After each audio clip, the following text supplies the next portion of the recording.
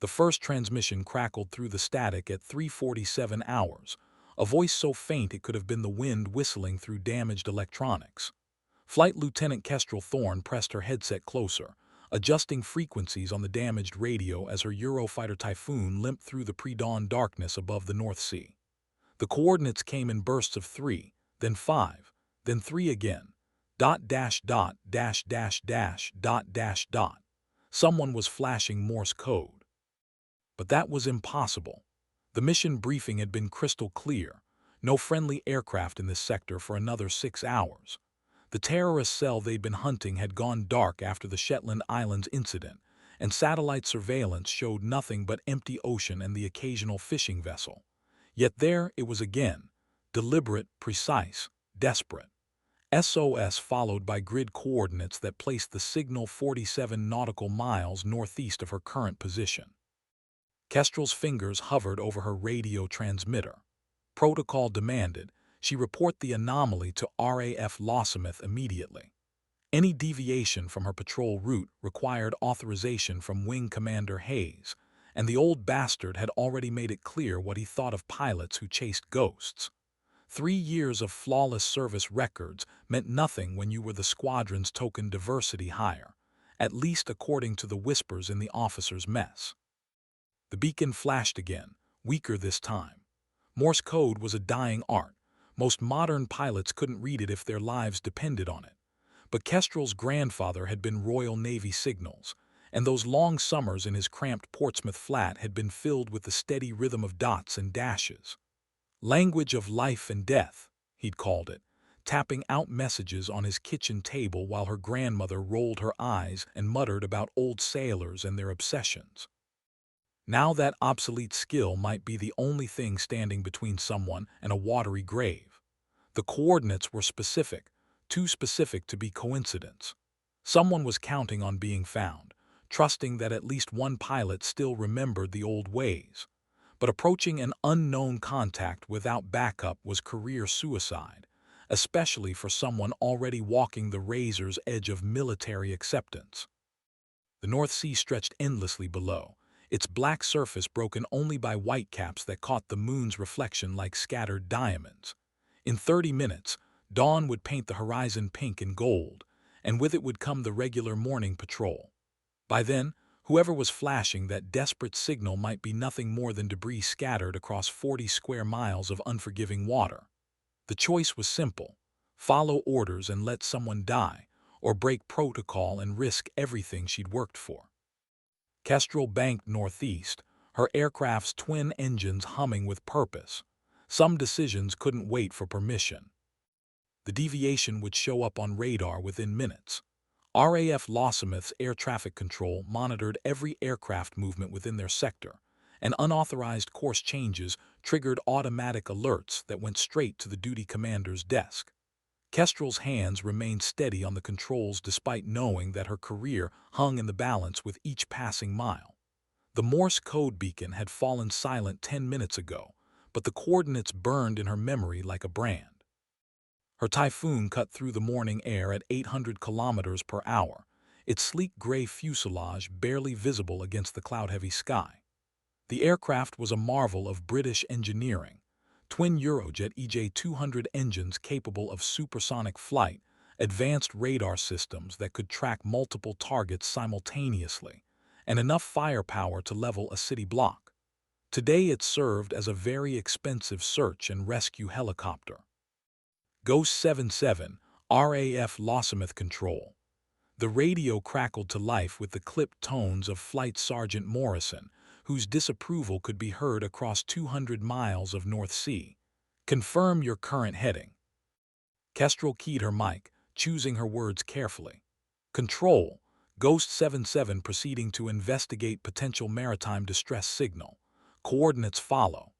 She rattled off the numbers she'd decoded from the Morse transmissions, maintaining the crisp professionalism that had carried her through 8 years of military service.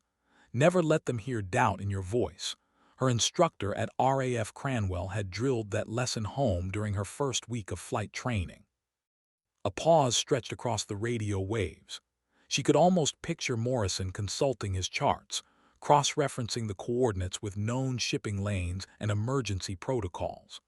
The man was competent enough, but imagination wasn't among his strengths.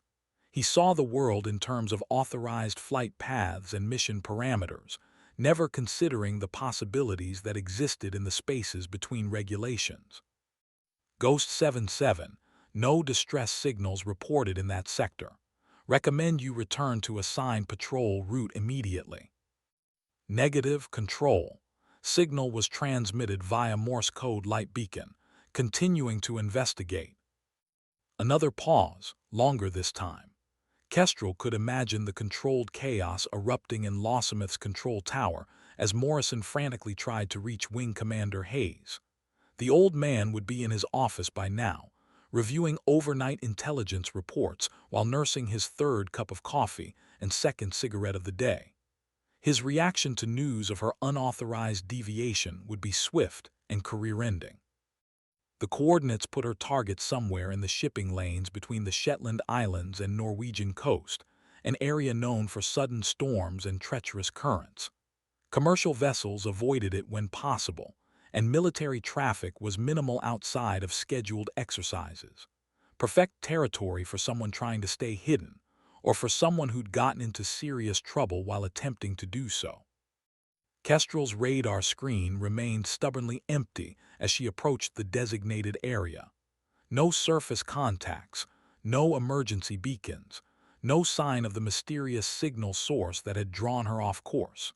Just endless gray water stretching to the horizon, broken by the occasional swell that caught the morning sun like molten metal. But something was down there.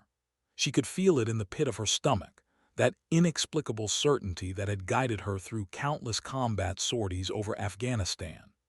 The same instinct that had warned her about the improvised explosive device 30 seconds before it detonated, sending shrapnel through the spot where her convoy would have been if she hadn't trusted her gut and called for an alternative route. The first visual contact came at 4:12 hours, a tiny speck of orange against the slate-gray ocean that could have been debris, a life raft, or nothing more than a trick of the light. Kestrel dropped her altitude to 500 feet, close enough to make out details but high enough to maintain safe separation from the water. The Typhoon's powerful engines created a roar that could be heard for miles, and she hoped that whoever was down there would understand that help had finally arrived. As she circled the area, the speck resolved into something more substantial. A small inflatable life raft, barely visible among the swells, with what appeared to be a human figure slumped inside.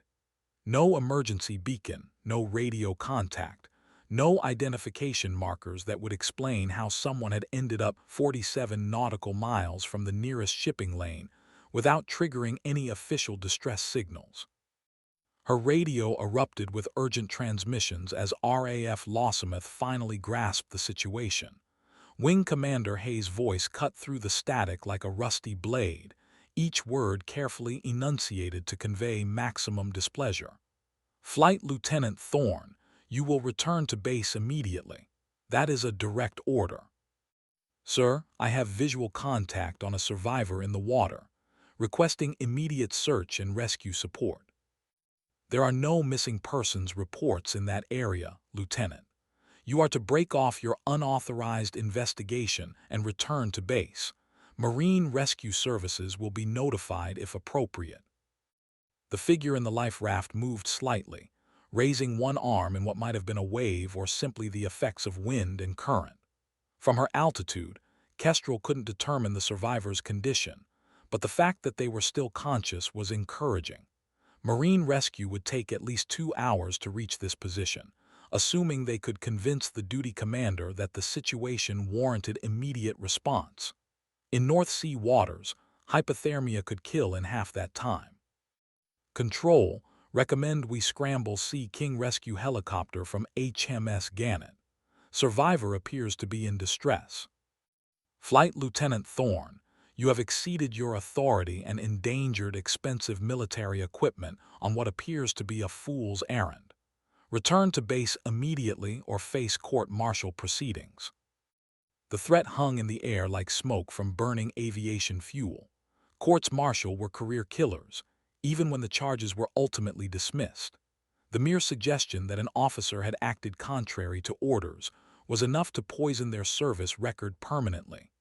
Kestrel had seen it happen to better pilots than herself, men and women who'd made single mistakes in judgment and found themselves persona non grata throughout the Royal Air Force. But the figure in the raft was still moving, still fighting against whatever circumstances had landed them in the middle of the North Sea without any apparent means of rescue. Someone had possessed the knowledge and presence of mind to signal for help using Morse code, gambling that at least one pilot in the modern RAF would remember skills that predated satellite communications and GPS navigation. That kind of dedication deserved better than bureaucratic indifference. Copy your transmission, control, maintaining position until rescue assets arrive. The radio fell silent except for the steady crackle of background static. Kestrel began a wider search pattern, looking for any clues that might explain the mysterious survivor's presence in these waters. 20 minutes into her search pattern, Kestrel spotted the debris field. Scattered across nearly half a square mile of ocean surface, pieces of aircraft wreckage floated among patches of aviation fuel that created rainbow slicks on the gray water. Wing fragments, cockpit glass, sections of fuselage bearing partial registration numbers, the unmistakable signature of a high-speed impact with the sea. Her stomach tightened as training kicked in, automatically categorizing the wreckage by size and type. Single-engine aircraft, civilian registration, probably a light twin or business jet based on the debris pattern. The impact had been severe enough to break the aircraft into pieces no larger than a kitchen table, suggesting either structural failure at altitude or controlled flight into terrain, which in this case meant controlled flight into ocean. Control, Ghost 77, have located aircraft wreckage field approximately 2 miles southeast of survivor position. Appears to be civilian aircraft, unknown registration. The response came immediately, Wing Commander Hayes' voice tight with controlled anger. Flight Lieutenant Thorne, you will cease your unauthorized reconnaissance and return to base. Final warning. But something about the wreckage nagged at her professional instincts. The debris pattern was too clean, too evenly distributed. Aircraft breaking up on impact typically created chaotic scatter fields with heavy components traveling farther than light ones. This looked almost deliberate, as if the aircraft had been systematically destroyed rather than simply crashing. She keyed her radio again, this time switching to the emergency frequency monitored by all military and civilian rescue services.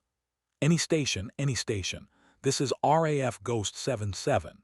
Have survivor in water at position 59 degrees, 22 minutes north, 00 degrees, 47 minutes east. Require immediate search and rescue assistance. Aircraft wreckage also present at same location. The response came from an unexpected source, a Norwegian Coast Guard cutter operating 60 miles to the northeast. Ghost 77, Coast Guard vessel Barentsburg acknowledging your emergency transmission. We are proceeding to your position, estimated arrival 90 minutes. Relief flooded through her as she realized that help was finally on the way. The Norwegians had a reputation for professional maritime rescue operations, and their crews trained regularly in the harsh conditions of the North Sea. 90 minutes was cutting it close for a hypothermia victim, but it was better than the bureaucratic delays she'd been facing from her own command structure. Her fuel gauge showed enough remaining for another hour of patrol, possibly 90 minutes if she maintained efficient flight patterns. More than enough time to guide the Norwegian rescue vessel to the survivor's position and provide air cover during the recovery operation. The court-martial that awaited her at RAF Lossiemouth seemed insignificant compared to the possibility of saving a life. The survivor's life raft had drifted closer to the main debris field, carried by currents and wind toward the largest concentration of aircraft wreckage. From her vantage point 500 feet above the scene, Kestrel could make out more details of the person below: dark hair, wearing what appeared to be a flight jacket, definitely conscious and responding to the sound of her engines. But something else caught her attention. Among the floating debris, partially submerged sections of the aircraft's fuselage bore markings that didn't match any civilian registration system she recognized. The markings were subtle, geometric patterns etched into what remained of the aircraft's tail section, barely visible beneath layers of aviation fuel and seawater. But Kestrel's trained eye caught the deliberate precision of their placement, the way they'd been positioned to be readable from above, while remaining inconspicuous to casual observers. Someone had taken considerable care to mark this aircraft in a way that would only be meaningful to people who knew what to look for. She dropped to 300 feet for a closer examination, her Typhoon's shadow passing over the debris field like a predatory bird. The geometric patterns resolved into something more complex, interlocking triangles and lines that formed a distinctive symbol she'd seen before in classified intelligence briefings. A symbol associated with arms trafficking operations in the Baltic region. The realization hit her like a physical blow. This wasn't a simple civilian aircraft accident or mechanical failure. The survivor floating in that life raft might be connected to one of the terrorist cells RAF intelligence had been tracking for months. The same cells responsible for the Shetland Islands incident that had left 3 Royal Marines dead and a weapons cache missing. Her radio crackled with an incoming transmission on a frequency she didn't recognize. The voice was female, heavily accented, and speaking in what sounded like coded language. Seabird, Seabird, this is Lighthouse. Package delivery unsuccessful. Require immediate extraction from current position. Kestrel's blood ran cold as she realized the transmission was coming from directly below her aircraft. The survivor in the life raft wasn't just some unlucky pilot who'd suffered mechanical failure. They were actively communicating with unknown parties using professional terminology that suggested military or intelligence training. She switched back to her primary frequency, hopping to reach RAF Lossiemouth before the situation escalated beyond her ability to control. Control, Ghost 77. Situation has changed. Survivor may be hostile. Request immediate backup and possible interception of unknown radio transmissions. Wing Commander Hayes' response carried a note of grim satisfaction. Flight Lieutenant Thorne, you have compromised a classified operation and endangered national security through your unauthorized actions. Maintain position and do not, repeat do not, make contact with the survivor. Additional assets are being deployed to your location. The pieces began falling into place like bombs dropping from an aircraft bay. The Morse code transmission hadn't been a distress signal. It had been a predetermined extraction beacon, designed to guide recovery assets to a specific location. The aircraft wreckage wasn't the result of an accident, but of a controlled scuttling operation, intended to eliminate evidence of whatever illegal cargo it had been carrying. And she had stumbled into the middle of it like an amateur, drawn by outdated notions of duty and honor that had no place in the complex world of modern intelligence operations. The survivor below wasn't grateful for her intervention. They were probably calculating whether shooting down her aircraft would be worth the additional international complications it would create. Her hands trembled slightly as she maintained her circling pattern above the debris field. 8 years of military service had taught her to handle combat stress, enemy fire, and life-or-death decisions with professional calm. But nothing had prepared her for the possibility that her attempt to save a life might have compromised a critical intelligence operation. The Norwegian Coast Guard vessel was still 80 minutes away, unaware that they were sailing into what might become an international incident. The second aircraft appeared on her radar at bearing 090, approaching from the direction of the Norwegian coast at low altitude and high speed. No transponder signal, no radio identification, just a fast-moving blip that resolved into what her targeting computer identified as a military helicopter.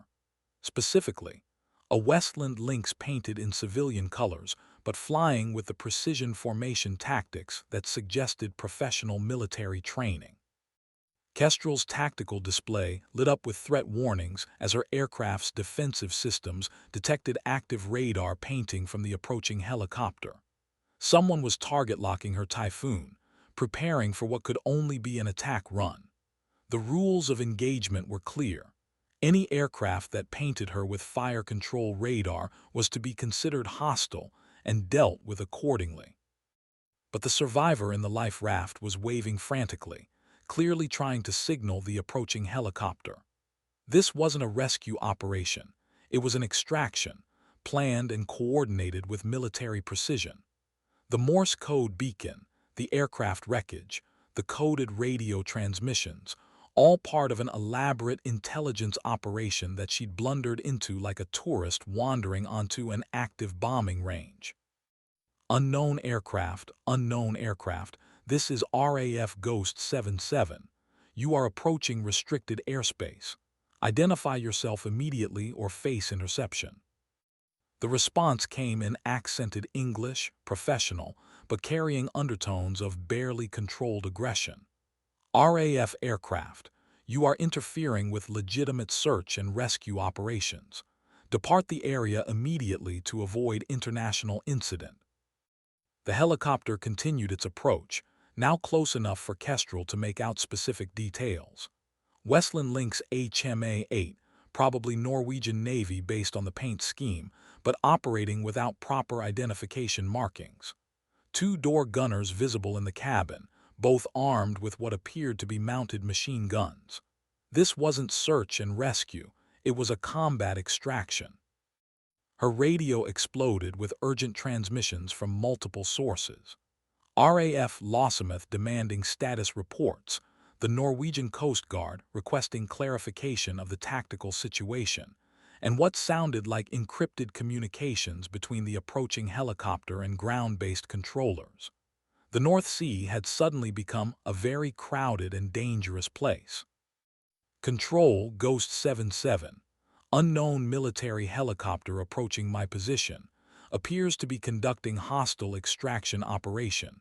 Request immediate backup. Wing Commander Hayes' response carried the weight of years of intelligence experience. Ghost 77, you are ordered to withdraw to safe distance and maintain surveillance only. Do not, repeat do not, engage unless directly threatened. This situation is now beyond your clearance level. The helicopter had reached the debris field and was beginning its hover pattern above the life raft. Rotor wash from its main blades scattered floating wreckage across a wider area, destroying evidence with what appeared to be deliberate precision.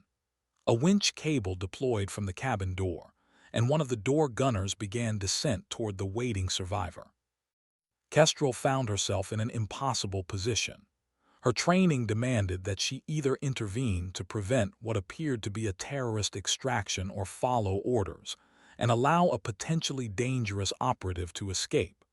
Either choice carried consequences that could destroy her career and possibly endanger innocent lives. The survivor was being lifted from the life raft with professional efficiency that spoke of extensive training and practice. Within minutes, they would be aboard the helicopter and beyond her ability to intercept. The extraction took less than 3 minutes. Professional, efficient, executed with the kind of precision that suggested extensive rehearsal and planning. The survivor was winched aboard the helicopter. The life raft was punctured and allowed to sink, and within moments the Lynx was climbing away from the debris field at maximum speed, heading northeast toward Norwegian territorial waters. Kestrel maintained her patrol orbit, watching the helicopter disappear into the haze that hung low over the North Sea. Her threat warning systems fell silent as the unknown aircraft's radar stopped painting her, but the implications of what she'd witnessed continued to reverberate through her mind like aftershocks from a distant explosion. Control, Ghost 77. Unknown helicopter has completed extraction and departed the area. Survivor is no longer in the water. Ghost 77, Return to base immediately. You will be debriefed upon arrival. The flight back to RAF Lossiemouth gave her 40 minutes to consider the magnitude of what had just occurred. She'd stumbled into what appeared to be a carefully orchestrated intelligence operation, possibly involving multiple nations, and definitely involving individuals with access to military-grade equipment and training. The Morse code beacon hadn't been a cry for help. It had been a predetermined signal designed to trigger specific response protocols. But why her? Why had the signal been transmitted on frequencies, and in a format that seemed specifically designed to appeal to her particular skills and background?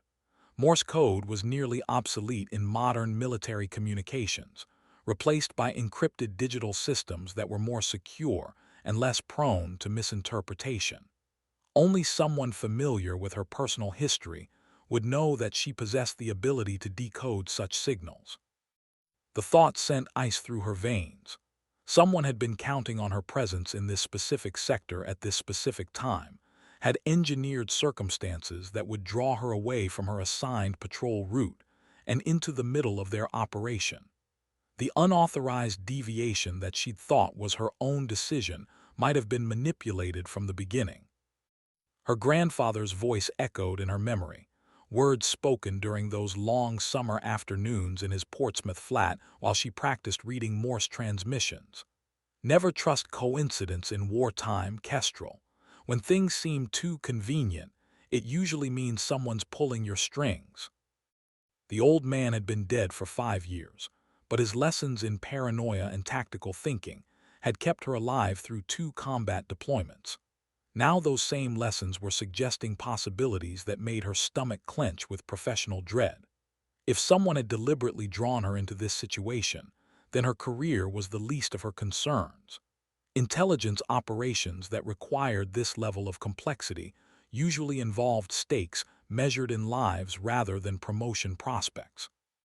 RAF Lossiemouth appeared on the horizon, its concrete runways and gray buildings a welcome sight after the uncertainty of the morning's events. But Kestrel knew that landing would mark the beginning of something far more challenging than the unauthorized flight she just completed. Debriefing rooms and classified documents, polygraph tests and security clearance reviews, questions that would probe every detail of her personal and professional history. The tower cleared her for immediate landing. Priority handling that suggested Wing Commander Hayes was eager to get her on the ground and out of the air. The debriefing room smelled of stale cigarettes and industrial disinfectant, its gray walls decorated with faded posters depicting proper security protocols and emergency procedures. Wing Commander Hayes sat across a metal table that had seen better decades, flanked by 2 men in civilian clothes whose presence immediately marked them as intelligence officers. Their suits were expensive but unremarkable, their expressions carefully neutral in the way that suggested extensive training in interrogation techniques. Kestrel maintained military bearing despite the exhaustion that pulled at her shoulders like lead weights.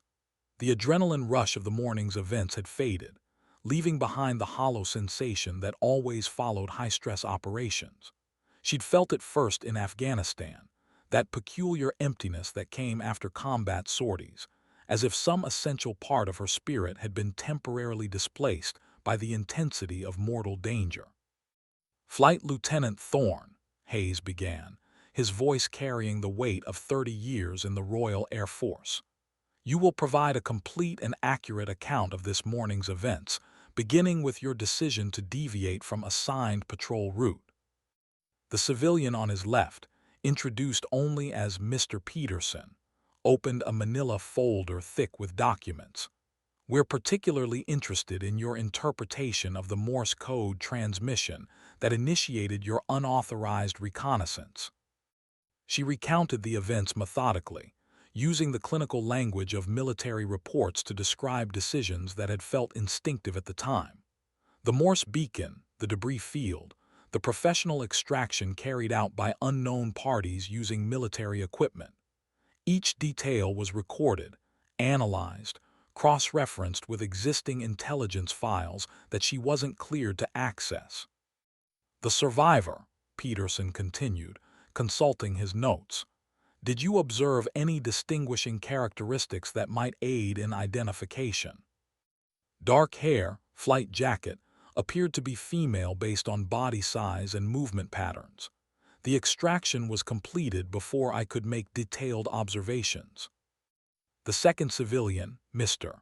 Williams, leaned forward with the kind of intensity that suggested personal investment in her answers. The Morse transmission. You're certain of the coordinates? Positive.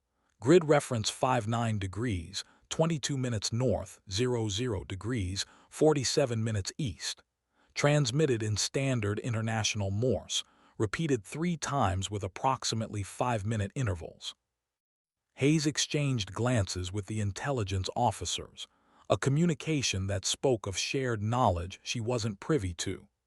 The coordinates apparently meant something significant, though their reaction suggested surprise rather than confirmation of expected intelligence.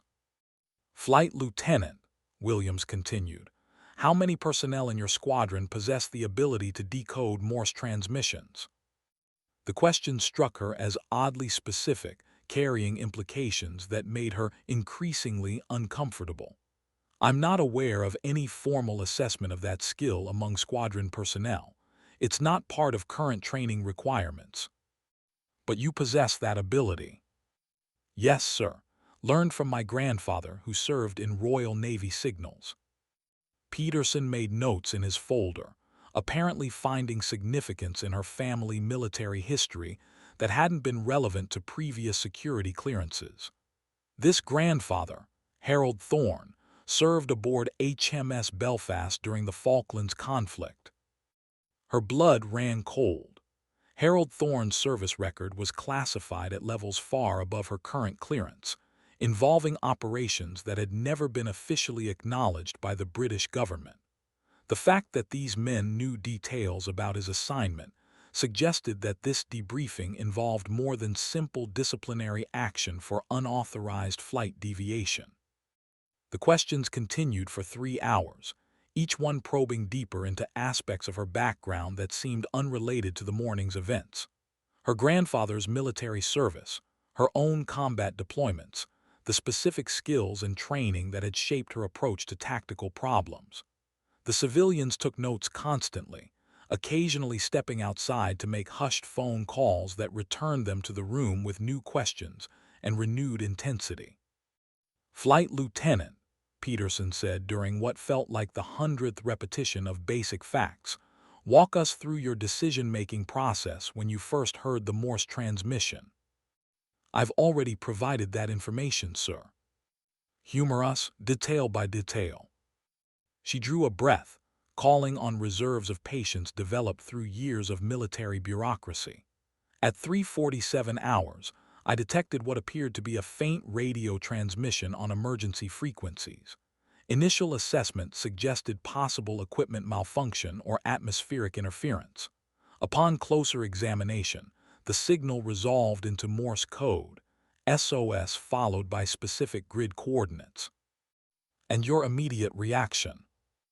To investigate the source of the distress signal.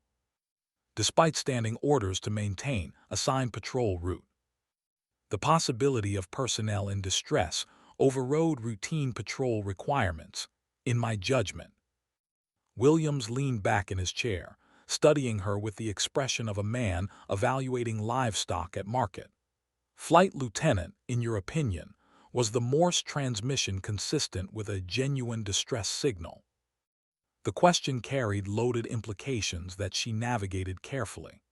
The transmission was technically correct and provided specific location data. Whether it represented genuine distress or served other purposes is beyond my ability to determine from available information. But you suspected something unusual about the circumstances. The isolation of the coordinates, the use of obsolete communication methods, and the lack of corresponding emergency beacon signals all suggested unusual circumstances. Yes, sir. Hayes finally spoke, his voice carrying the tone of a man delivering bad news. Flight Lieutenant Thorne, You have been temporarily suspended from flight duties pending completion of this investigation. You will remain available for additional questioning and will not discuss these events with anyone outside of authorized personnel. The words hit her like physical blows. Suspension meant the end of her flying career, regardless of whether formal charges were eventually filed. The RAF had subtle ways of dealing with pilots who became inconvenient: reassignment to ground duties, administrative positions that led nowhere, performance reviews that damned with faint praise. She'd seen it happen to others who'd asked uncomfortable questions or displayed excessive independence. "Sir, I request the opportunity to file a formal statement regarding this morning's events. Your statement has been recorded and will be included in the official investigation file." Peterson closed his manila folder with an air of finality. "You're dismissed, Flight Lieutenant. Report to Squadron Leader Davies at 800 tomorrow for reassignment to temporary ground duties." The corridor outside the debriefing room felt like freedom after 3 hours of interrogation, but Kestrel knew that her real problems were just beginning. Intelligence investigations had a way of expanding beyond their original scope, drawing in anyone who might possess relevant information or who might pose potential security risks. Her grandfather's classified service record had somehow become part of the equation, suggesting connections she didn't understand. Her quarters in the officers' housing block felt smaller than usual, the walls seeming to press inward as she tried to process the day's events. 8 years of military service had taught her to compartmentalize stress, to separate personal feelings from professional requirements, but this situation defied normal coping mechanisms. The suspension was bad enough, career-ending, most likely, but the intelligence investigation suggested complications that extended far beyond simple disciplinary action. She made herself tea using the electric kettle that was standard issue in RAF quarters, a ritual of normalcy that helped steady her hands and focus her thoughts. The questions about her grandfather troubled her more than the suspension. Harold Thorne had died 5 years ago, taking his secrets with him to a grave marked only with name, rank, and dates of service. The stories he'd shared during her childhood had always carried the disclaimer that much of his naval career remained classified, but she'd never suspected that his work continued to have relevance to current operations. The Morse code skills he'd taught her had seemed like harmless nostalgia, an old sailor's way of connecting with a granddaughter who'd chosen military aviation over the traditional naval service that ran in their family. Now those skills had drawn her into something that threatened to destroy everything she'd worked for. Her mobile phone buzzed with a text message from an unknown number. "Check your email. Delete after reading. Trust no one in uniform." The message appeared for exactly 10 seconds before automatically erasing itself, leaving no trace that it had ever existed. Her laptop showed a single new email from an account she didn't recognize, sent with encryption protocols that required her grandfather's middle name as a password. The message was brief and terrifying. "They didn't choose you by accident. H left instructions in case this day came. Garden shed behind the paint cans wrapped in oilcloth. Memorize and burn. Your career is already over. Now we focus on keeping you alive." The email deleted itself as she finished reading, leaving her staring at an empty inbox and wondering if exhaustion and stress had finally caused her to hallucinate. But the specificity of the reference to her grandfather's garden shed, the knowledge of his middle name, and the professional-grade encryption suggested someone with detailed knowledge of her family history and current circumstances. Harold Thorne's cottage in Portsmouth had been sold after his death. The proceeds used to pay for the care facility where her grandmother now spent her remaining years lost in the fog of dementia. But she still had keys to the property. The new owners had been friends of her grandfather's, fellow Royal Navy veterans who'd agreed to maintain the garden shed as a storage space for family mementos that she hadn't been able to face sorting through. The drive to Portsmouth would take 3 hours if she left immediately. but traveling while under investigation would violate the conditions of her suspension and provide additional ammunition for the intelligence officers who seemed determined to find reasons to doubt her loyalty and judgment. On the other hand, if the anonymous message was accurate, her career was already finished regardless of what additional rules she might break. The M3 motorway stretched south through Hampshire countryside painted gold by late afternoon sunlight, a landscape that should have been peaceful but felt ominous under the circumstances. Kestrel drove with one eye on her rearview mirror, watching for signs of surveillance vehicles that might indicate official interest in her movements. The paranoia felt simultaneously ridiculous and necessary. Intelligence investigations often involved monitoring subjects' behavior during off-duty hours, looking for contact with foreign agents or other indicators of compromised loyalty. Her grandfather's cottage sat on a quiet street lined with similar homes, modest post-war construction that housed retired naval personnel and their families. The current owners, Commander Davies and his wife, had maintained the property exactly as Harold Thorne had left it, treating his possessions with the respect due a fellow veteran's legacy. They were away on holiday, according to the neighbors, leaving her free to access the garden shed without awkward explanations. The shed smelled of motor oil and woodworking supplies, familiar scents that triggered memories of childhood visits when her grandfather would patiently explain the maintenance requirements of various tools and equipment. Behind the paint cans, exactly where the anonymous message had indicated, she found a package wrapped in Royal Navy issue oilcloth and sealed with wax that bore her grandfather's signet ring. Inside were documents that made her blood run cold. Photocopies of intelligence reports dating back 30 years, detailing covert operations involving arms trafficking, terrorist financing, and the kind of international conspiracies that most people associated with thriller novels rather than actual military service.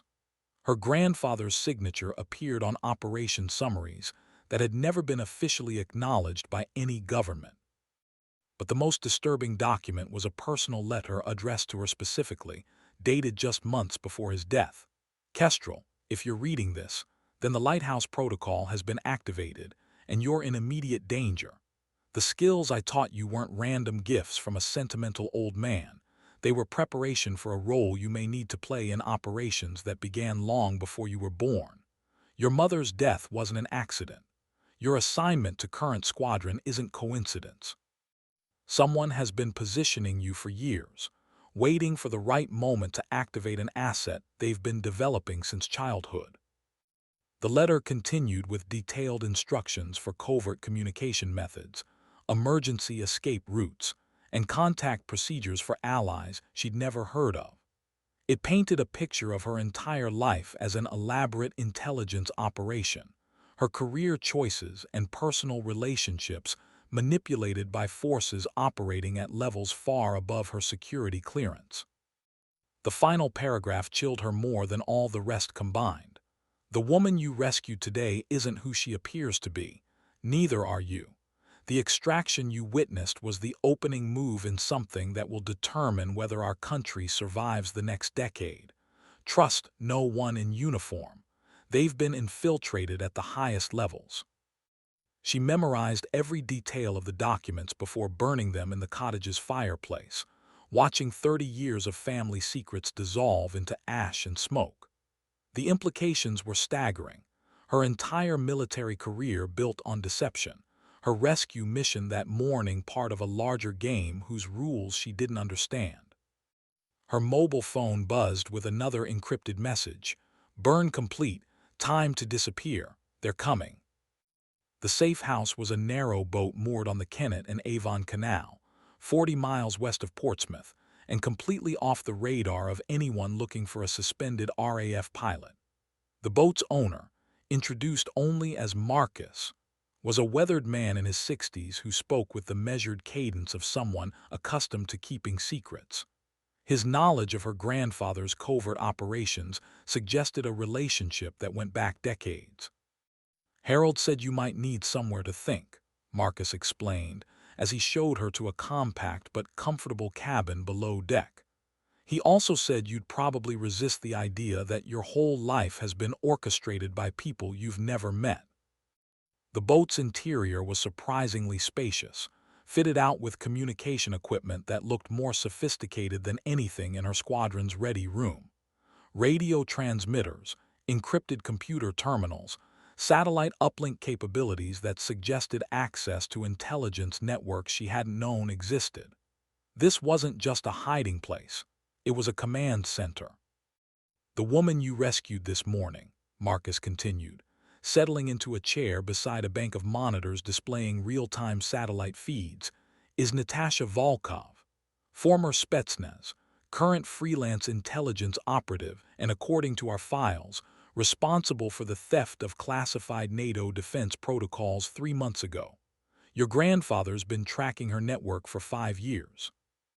The revelation hit Kestrel like turbulence at 30,000 feet. "You're telling me I helped extract a Russian agent?" "You did exactly what you were trained to do. Harold spent years teaching you to respond to that specific signal pattern because he knew eventually you'd encounter it.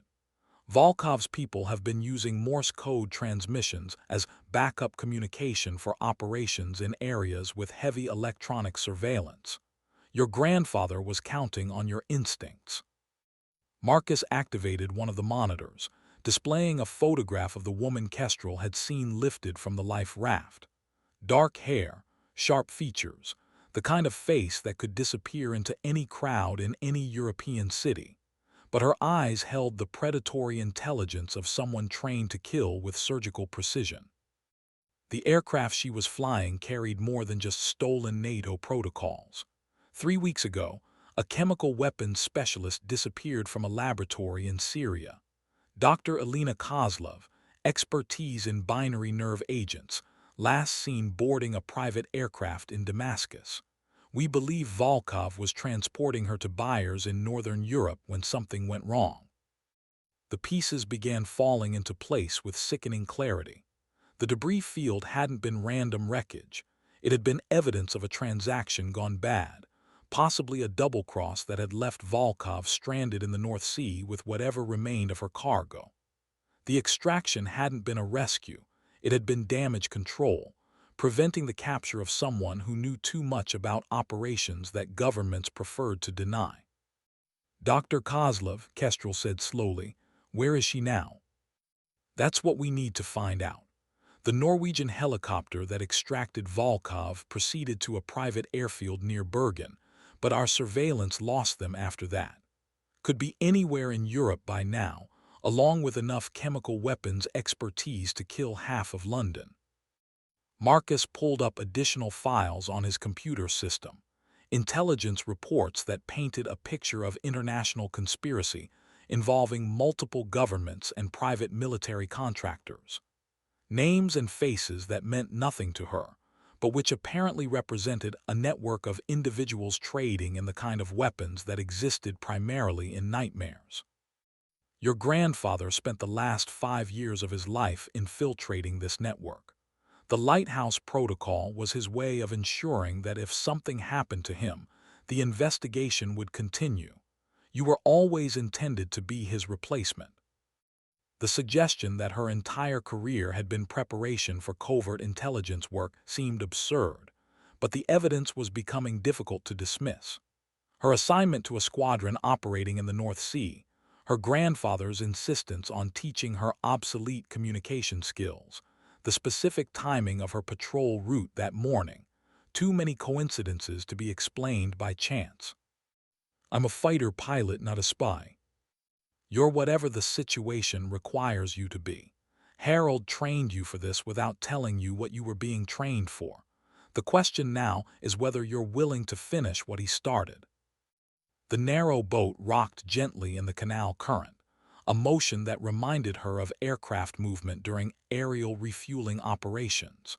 But instead of the familiar comfort of military routine, she felt the vertigo of standing at the edge of an abyss whose depth she couldn't measure. The mission briefing took place in the boat's forward cabin, surrounded by charts and photographs that documented 3 years of surveillance operations across northern Europe. Marcus spread the materials across a narrow table, creating a visual timeline of the conspiracy that had culminated in that morning's events in the North Sea. "The network calls itself Meridian," he explained, indicating photographs of individuals who looked like businessmen and diplomats rather than international criminals. Private military contractors, arms dealers, and government officials who have decided that official channels move too slowly for modern warfare. They broker deals that let countries acquire capabilities without leaving diplomatic fingerprints. The scope of the operation was staggering. Weapons transfers disguised as humanitarian aid, chemical weapons specialists recruited from conflict zones, delivery systems that utilized legitimate shipping companies and civilian aircraft. A shadow market that operated parallel to official military procurement, serving clients who needed plausible deniability more than legal authorization. Dr. Kozlov wasn't just being transported, Marcus continued. She was being auctioned. 3 separate buyers were competing for her services, each representing different national interests. The Syrian government wants her back, the Russians want to prevent her defection, and a private contractor working for unknown clients was prepared to pay 50 million euros for exclusive access to her research. Kestrel studied the photographs, trying to imagine the kind of desperation that would drive a scientist to flee her country with classified research. What went wrong? Why did the aircraft crash? "We believe Volkov attempted to eliminate Dr. Kozlov and keep the research for herself. The scientist fought back, possibly causing enough damage to compromise the aircraft's control systems. Volkov managed to escape in the life raft, but Dr. Kozlov's fate is unknown." The implications were terrifying. A chemical weapons specialist was loose somewhere in Europe, possibly injured, definitely desperate, and carrying knowledge that could tip the balance of power in any number of ongoing conflicts. Every intelligence service on the continent would be hunting her, along with criminals who viewed her as a commodity to be captured and sold. "Your mission," Marcus said, his voice carrying the weight of absolute certainty, "is to find Dr. Kozlov before anyone else does. Your grandfather spent years building a network of contacts specifically for this contingency. They're expecting you." The transition from suspended pilot to covert operative felt surreal, like stepping through a mirror into a world that operated by completely different rules. But the alternative, allowing a chemical weapons specialist to fall into the wrong hands, was too dangerous to contemplate. "What about my court-martial, the investigation?" "Official records will show that Flight Lieutenant Kestrel Thorne died in a training accident 3 days from now. Equipment malfunction during a routine patrol, aircraft and pilot lost at sea. Very tragic, very final." The death of her official identity felt like watching her own funeral from a distance. 8 years of military service, carefully constructed career plans, personal relationships, all of it would disappear into the bureaucratic machinery that created convenient fictions for intelligence operations. "Your new identity is Elena Morrison, freelance journalist specializing in defense industry analysis. Passport, credit cards, and background documentation are in the folder beside you. Your grandfather established this cover years ago." She opened the folder to find a complete life history for someone who had never existed but whose credentials would pass any routine scrutiny. Elena Morrison had attended university, worked for legitimate publications, and built exactly the kind of professional reputation that would provide access to defense contractors and military personnel. The narrow boat suddenly felt like the last solid ground before stepping into quicksand. Bergen, Norway, looked like a postcard in the morning light, colorful wooden buildings reflected in harbor water that sparkled with diamond brightness. But beneath the tourist-friendly surface, the city served as a hub for North Sea oil operations and the kind of maritime commerce that provided perfect cover for illicit activities. Private airfields, cargo facilities, and shipping companies that asked few questions about manifests and destinations. Kestrel, now Elena Morrison according to her passport, had arrived on a commercial flight using credentials that identified her as a defense industry journalist investigating safety protocols for North Sea aviation operations. The cover story was thin but plausible, the kind of routine inquiry that would explain her presence without attracting unwanted attention. The private airfield where Volkov's extraction helicopter had landed was owned by a company called Nordic Aviation Services, which according to public records provided transport and logistics support for offshore energy operations. Their facility included maintenance hangars, fueling stations, and customs clearance capabilities that made it ideal for discreet international travel. Marcus had provided her with contact information for a local asset, Dr. Ingrid Larson, a marine biologist whose research vessel frequently operated in international waters and who apparently possessed access to surveillance networks that monitored unusual maritime activity. Their meeting was arranged for a cafe overlooking Bergen's historic harbor, a location that provided good sight lines and multiple escape routes.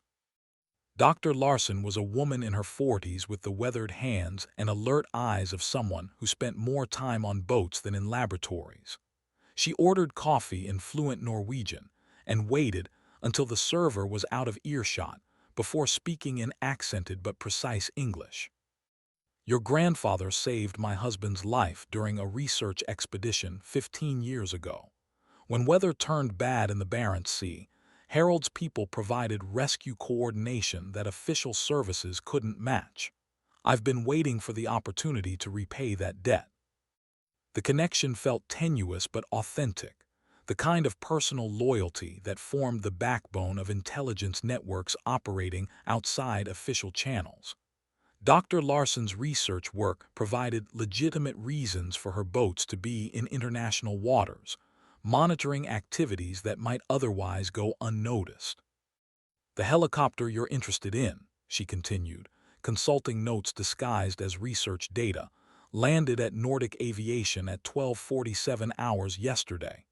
2 passengers disembarked, the woman you described, and a man matching the description of Dmitry Petrov, former Russian military intelligence. They were met by representatives of a shipping company called Freja Maritime. Kestrel made mental notes while maintaining the appearance of casual conversation. Petrov's name didn't appear in any of the files Marcus had shown her, but his presence suggested Russian involvement at levels higher than simple freelance operations. Freja Maritime operates 3 cargo vessels in North Sea routes, Dr. Larson continued.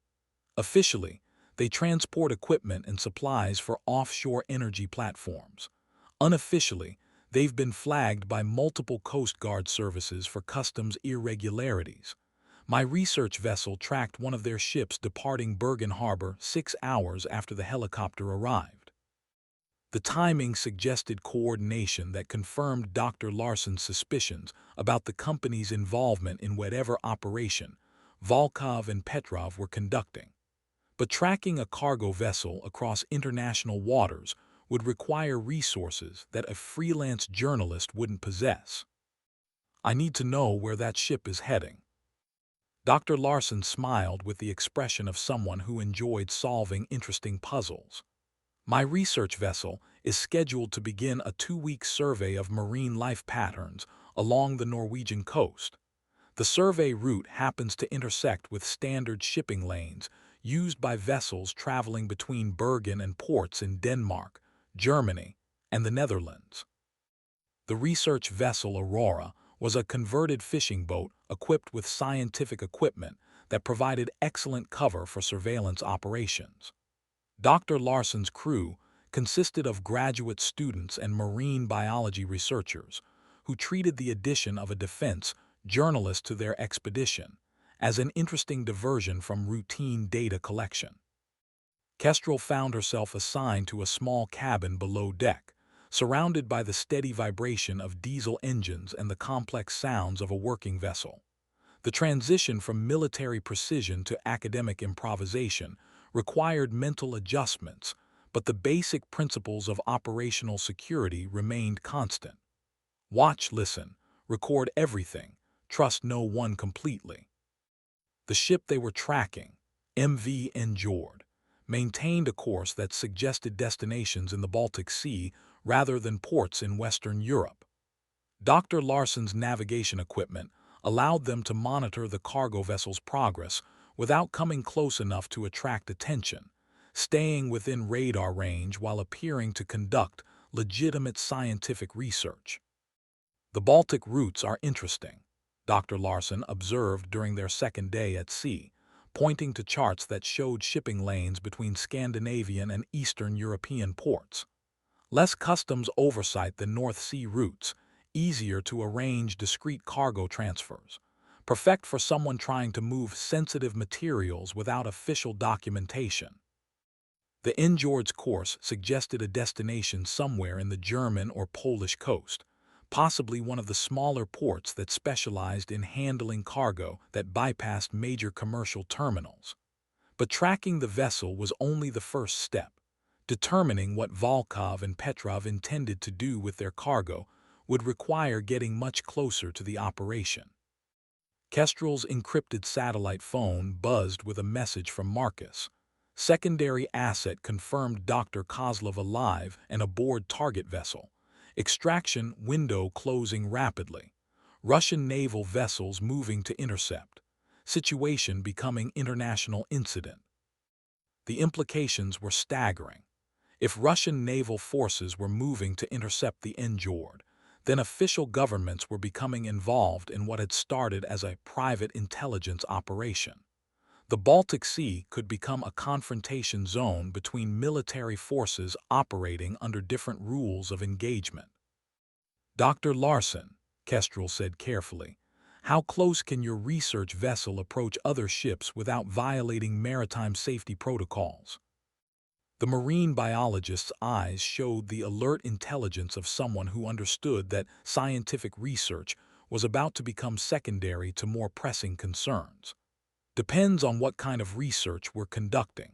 Marine life studies require close observation of vessel traffic patterns and their environmental impact. Very close observation. Within an hour, the Aurora had altered course to intercept the Njord's projected path. Dr. Larsen's crew began preparing equipment that could monitor radio transmissions, photograph cargo operations, and track the precise movements of personnel aboard the target vessel. The academic expedition had become a military surveillance operation disguised as environmental research. But as they closed the distance to their target, Kestrel's tactical instincts warned her that they weren't the only ones hunting the cargo vessel.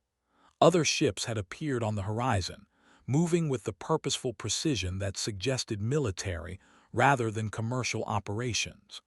The Baltic Sea was becoming a very crowded and dangerous place. The encrypted phone buzzed again. Russian destroyer Admiral Kuznetsov confirmed en route to your position. Estimated arrival 4 hours.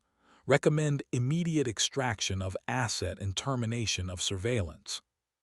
4 hours to find Dr. Kozlov, determine her condition and intentions, and somehow prevent an international incident that could destabilize Northern European security relationships. The mission that had started with a simple rescue was escalating into something that might require her to choose between personal survival and preventing global catastrophe.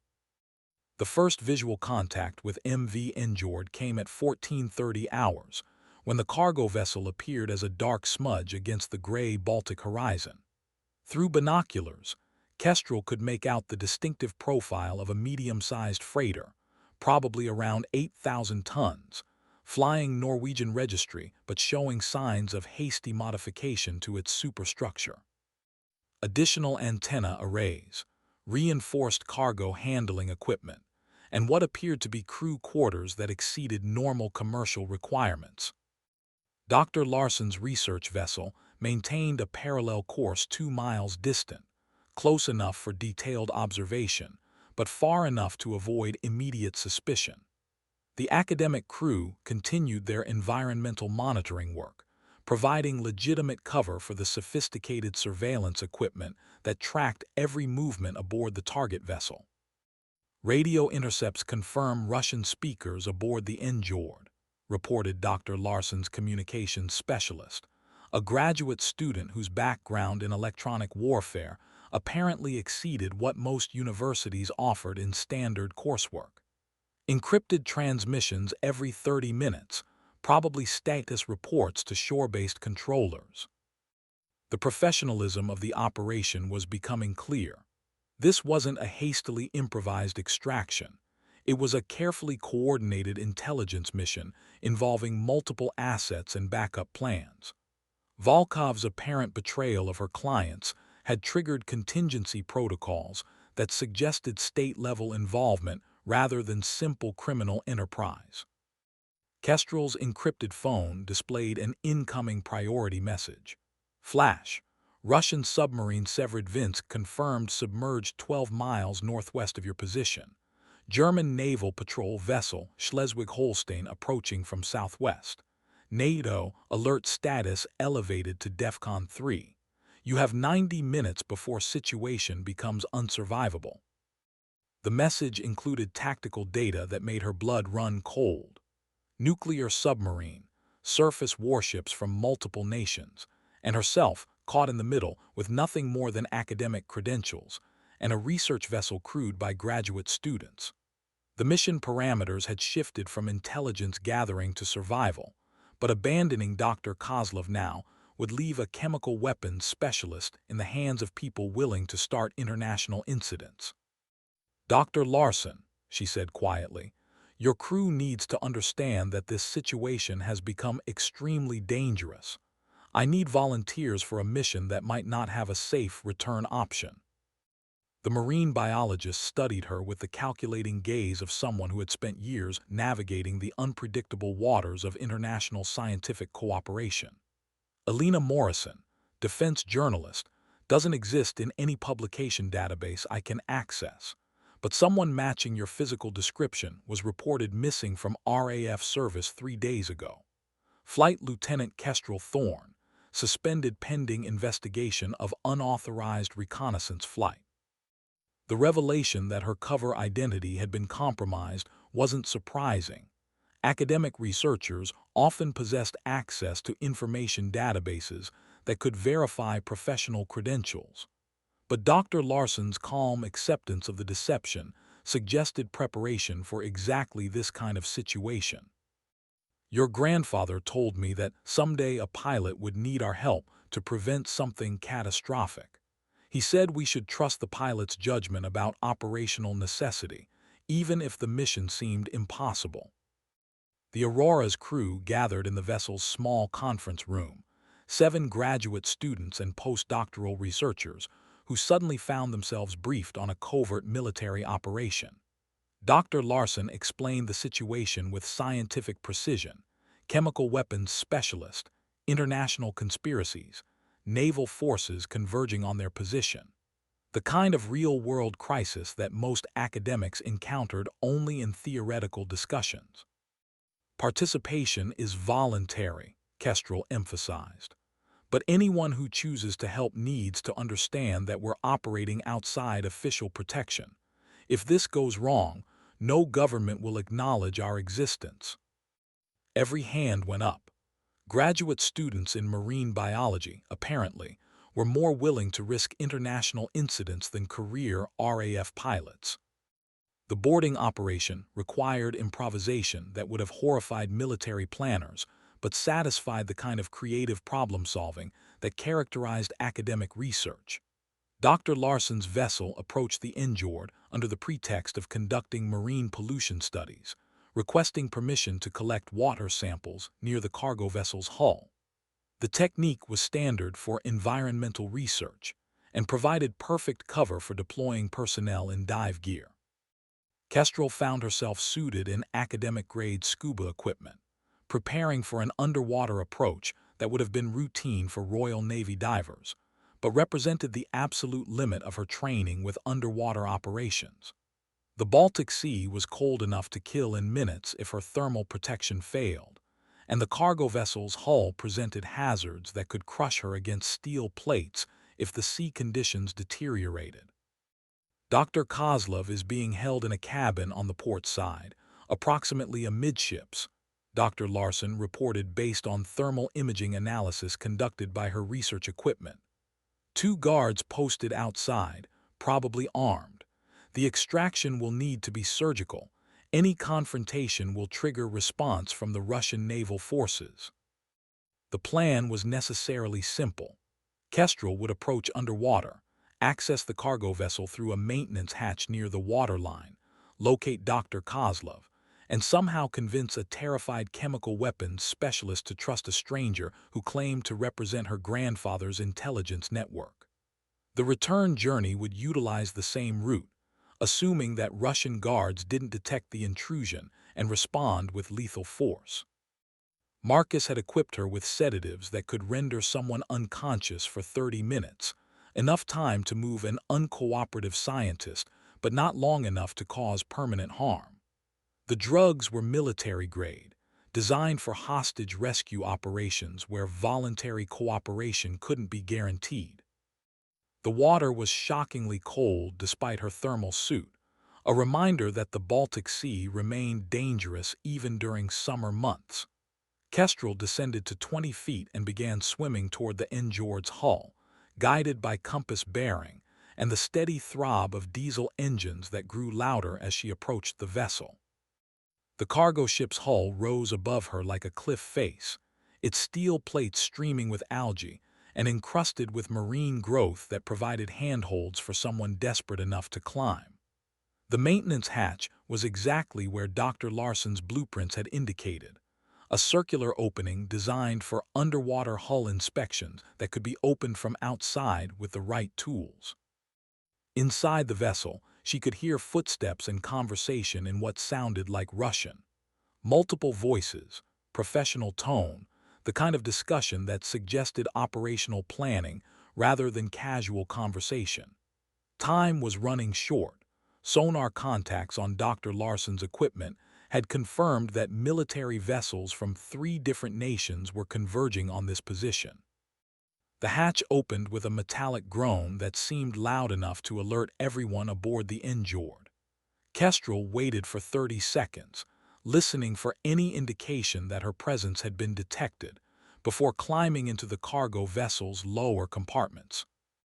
Inside, the ship smelled of diesel fuel, metal preservatives, and the peculiar chemical odor that suggested recent transportation of hazardous materials. Dr. Kozlov wasn't just a passenger, she was cargo, being delivered to buyers who viewed human expertise as just another commodity to be traded.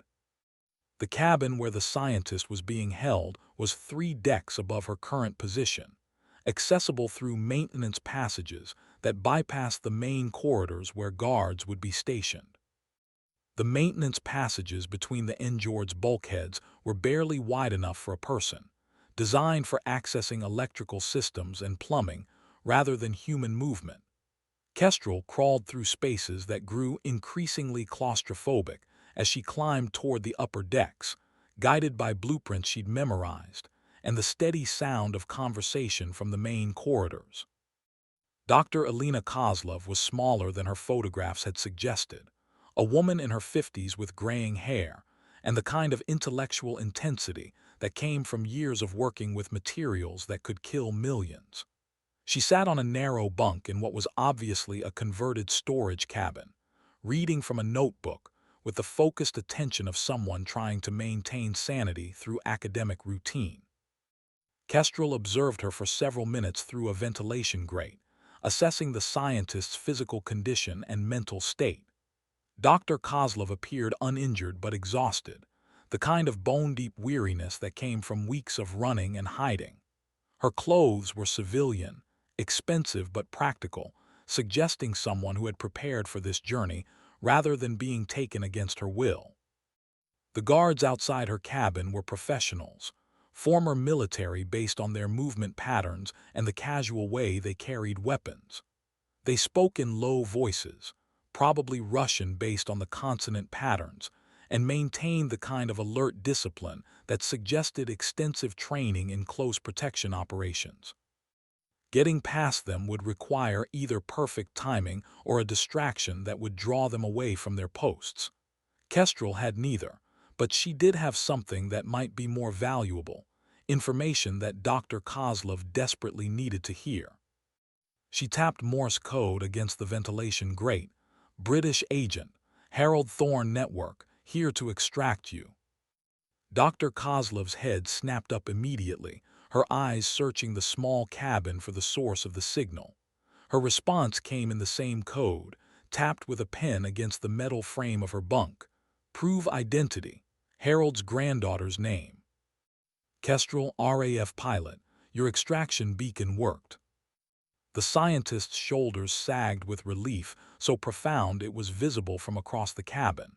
She approached the ventilation grate and whispered in English accented with what sounded like educated Russian. "They plan to sell me to Syrian government. Transfer scheduled for tonight at Kaliningrad port. Russian naval escort already en route."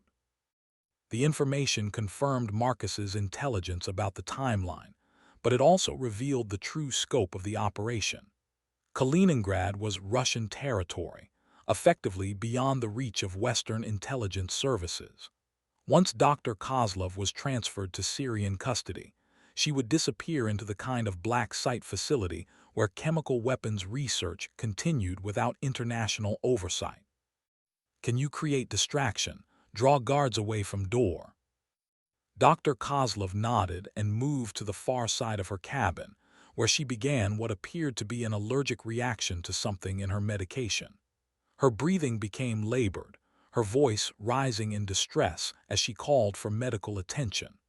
The guards responded immediately, one entering the cabin while the other radioed for assistance. Kestrel used the momentary confusion to access the corridor through an emergency escape hatch, approaching Dr. Kozlov's cabin from the direction opposite the guard's attention. The scientist was performing brilliantly, maintaining symptoms that were convincing enough to keep both guards focused on her medical condition while positioning herself near the cabin door. The sedative injection took effect within seconds, dropping the guard to the deck with barely a sound. His partner turned at the noise, reaching for his weapon, but Dr. Kozlov's notebook caught him across the temple with enough force to stagger him long enough for Kestrel to apply the second injection. "Move fast," Kestrel whispered as she helped Dr. Kozlov step over the unconscious guards. "We have maybe 20 minutes before they're discovered." The return route through the maintenance passages would be impossible with two people, but the Njord's main corridors offered direct access to the lower decks if they could avoid the remaining crew members. Dr. Kozlov moved with surprising agility for someone in her 50s, following Kestrel's lead through passages that grew increasingly dangerous as the sound of approaching helicopters echoed across the Baltic Sea. The helicopter belonged to the German Navy, its gray camouflage and military markings clearly visible as it circled the Njord at low altitude. Through the cargo vessel's portholes, Kestrel could see additional aircraft approaching from multiple directions. The international incident that Marcus had warned about was materializing with terrifying speed. "Russian forces," Dr. Kozlov explained as they reached the lower deck access hatch. "They cannot allow me to reach Western intelligence. Too much knowledge about chemical weapons programs that officially do not exist." The maintenance hatch that had provided Kestrel's entry route now represented their only escape option, but the Baltic Sea outside was becoming increasingly dangerous as military vessels converged on the area. Dr. Larsen's research vessel was still maintaining position 2 miles away, but the distance might as well have been 200 miles if they couldn't safely reach the water.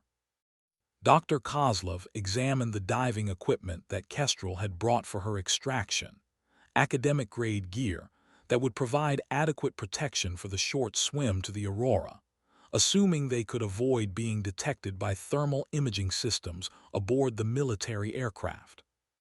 "I cannot swim this distance," Dr. Kozlov admitted, her voice carrying the matter-of-fact tone of someone stating scientific data.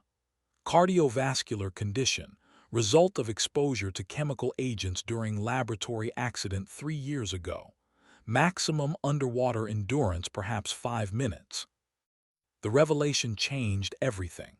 Swimming to the research vessel would require at least 15 minutes underwater, well beyond Dr. Kozlov's physical capabilities.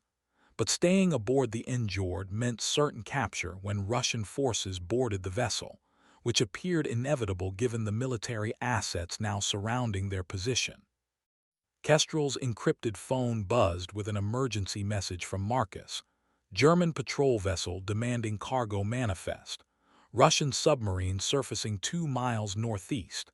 Estimate 10 minutes before boarding operations commence. Abort mission and extract immediately. 10 minutes to solve an impossible problem with resources that consisted of stolen diving equipment and a research vessel crewed by marine biology graduate students. The kind of tactical challenge that required thinking beyond conventional solutions. Dr. Kozlov, your research involves binary chemical agents. How volatile are the compounds if improperly mixed? The scientist's eyes showed immediate understanding of the implications. Extremely volatile. Even small quantities could create toxic cloud visible from aircraft, requiring immediate evacuation of surrounding area. Do you have samples of your research aboard this vessel? Secured in laboratory case, cabin 3 doors down corridor, but creating chemical emergency would endanger civilian vessels in the area. Dr. Larson's research vessel was far enough away to avoid immediate contamination, and the prevailing winds would carry any toxic cloud away from populated areas. More importantly, a chemical emergency would force all military vessels to maintain safe distance, while specialized hazmat teams were deployed, creating exactly the kind of confusion that might allow 2 people to escape undetected. Can you create controlled release? Maximum visual effect, minimum actual danger. Dr. Kozlov nodded with the grim smile of someone who had spent years working with materials that existed primarily to kill people. Laboratory training includes procedures for containing accidental exposures. Same principles can be applied in reverse. They had 7 minutes to retrieve the chemical samples, create a controlled emergency that would clear the area of military vessels, and somehow reach the research vessel before specialized response teams arrived to investigate the contamination. The plan was insane enough that it might actually work. Dr. Kozlov's laboratory case contained enough chemical precursors to poison several city blocks, stored in containers designed to prevent exactly the kind of accidental mixing that they were about to attempt deliberately. The scientist worked with the calm precision of someone who had spent decades handling materials that could kill her instantly if she made a single mistake. Binary agents remain stable until specific catalyst is introduced, she explained while measuring compounds with scientific accuracy. Reaction produces visible vapor cloud, strong chemical odor, but actual toxicity is minimal if exposure time remains brief. The mixing process required exact timing and measurements that left no margin for error. Too little catalyst, and the reaction would be barely visible. Too much and they would create a genuinely dangerous contamination event that could kill everyone aboard the Njord. Dr. Kozlov's hands remained steady despite the sound of approaching aircraft and the vibration of military vessels closing on their position. Reaction will begin in approximately 3 minutes, she announced, sealing the mixture in a container designed to rupture when the chemical pressure reached predetermined levels. We need to be in water before vapor cloud reaches deck level. The maintenance hatch provided their escape route, but the timing would be critical. Too early, and they would be in the water when military observers could still track their movements. Too late, and they would be caught in their own chemical cloud. Dr. Kozlov's cardiovascular limitations meant that Kestrel would need to tow her to the research vessel, swimming underwater for as long as possible while avoiding detection by thermal imaging systems. They reached the hatch just as the first wisps of vapor began emerging from the laboratory case. Within seconds, the Njord's lower decks filled with fog that triggered every chemical detection alarm aboard the vessel. Emergency klaxons echoed across the water as crew members scrambled to implement hazmat protocols. The water was shockingly cold, but Dr. Kozlov adapted to the thermal shock with the resilience of someone who had survived worse hardships. Kestrel activated the emergency beacon that would guide Dr. Larson's crew to their position, while maintaining radio silence to avoid detection by military monitoring equipment. Above them, the Baltic Sea erupted in controlled chaos as German and Russian naval forces implemented emergency procedures for chemical contamination events. Aircraft climbed to safe altitude, surface vessels increased separation distances, and specialized response teams began deployment protocols that would take at least 30 minutes to complete. Dr. Larson's research vessel appeared through the fog like a ghost ship, its crew using academic sonar equipment to navigate through waters that military forces were now treating as contaminated zones. Graduate students in marine biology had suddenly become rescue specialists, hauling two bedraggled figures from Baltic waters while maintaining the academic cover that provided their only protection from military scrutiny. Chemical emergency aboard cargo vessel, Dr. Larson reported to maritime authorities on open radio frequencies. Research vessel Aurora conducting water sampling to assess contamination levels. Recommend all traffic maintain safe distance until hazmat teams can evaluate situation. The deception bought them exactly the time they needed to clear the immediate area before military investigators could determine that the chemical emergency had been deliberately created. By the time specialized teams boarded the Njord, the research vessel would be conducting legitimate environmental monitoring 20 miles away, its academic credentials providing cover for an extraction that had never officially occurred. Dr. Kozlov sat in the Aurora's medical bay, wrapped in thermal blankets and drinking hot coffee, while maritime traffic control coordinated the response to what they believed was an accidental chemical spill. Her research case remained sealed and secure, its contents representing years of work that could either save lives or end them depending on whose hands ultimately controlled the knowledge. The debriefing took place in international waters, 40 miles from the contamination zone, where military forces from 3 nations continued implementing emergency protocols for a chemical spill that had never actually threatened anyone.